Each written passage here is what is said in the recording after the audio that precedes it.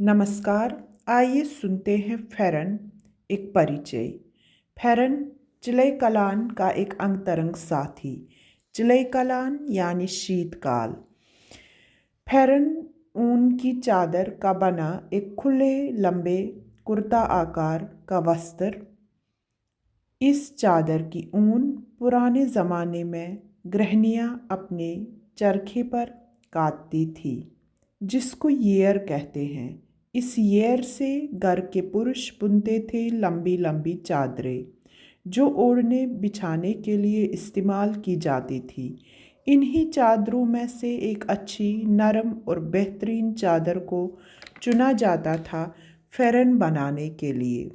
सिलने से पहले इस चादर को देसी साबुन से धोया जाता था, बड़े से लकड़ी के टब में, जिसे टठुल कहते हैं।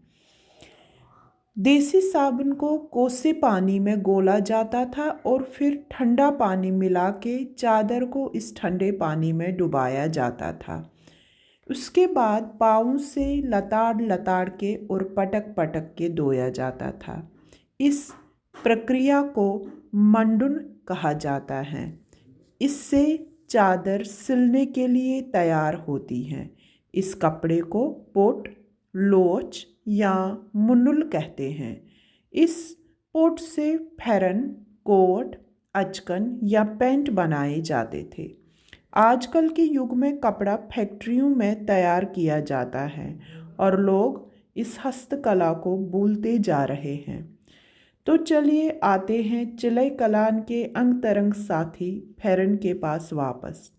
फेरन तो अब आप समझ गए होंगे, ऊनी कपड़े का बना एक विशालकाय कुर्ता। जैसे अकेला चना बाढ़ नहीं फोड़ सकता, वैसे ही अकेला फेरन चिलई-कलान की ठंड को नहीं रोक सकता।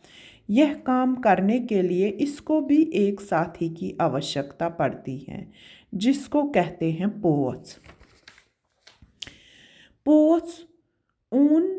पोच सूत का बना हुआ फेरन से मिलता जुलता उसी के माप का वस्त्र, जो फेरन के अंदर लाइनिंग की तरह पहना जाता है। फेरन और पोच ऊन और सूत के मिलन का प्रतीक। दोनों एक दूसरे को आलिंगन में लेके ठिठुरती सर्दी में प्यार भरी गर्मी का एहसास देते हैं। फेरन और पोच के इस मधुर मिलन को और उष्णता प्रदान करने का कार्य करती हैं कांगड़ी। कांगड़ी कश्मीर की पोर्टेबल फायर पॉट। फेरन का घेरा इतना खुला होना चाहिए कि आप इसके अंदर बड़ी सरलता से टांगे बाजू रखकर बैठ या लेट सके, और टांगों के बीच में कांगड़ी रखकर हाथ उसके ऊपरी भाग पर आप चिलई-कलान में भी अप्रैल महीने की गर्मी का एहसास पा सकते हैं। मनुष्य को खुले आसमान तले गिरती बर्फ में भी पूर्ण उष्णता प्रदान करता हुआ फेरन कश्मीर के जीवन का अभिन्न अंग।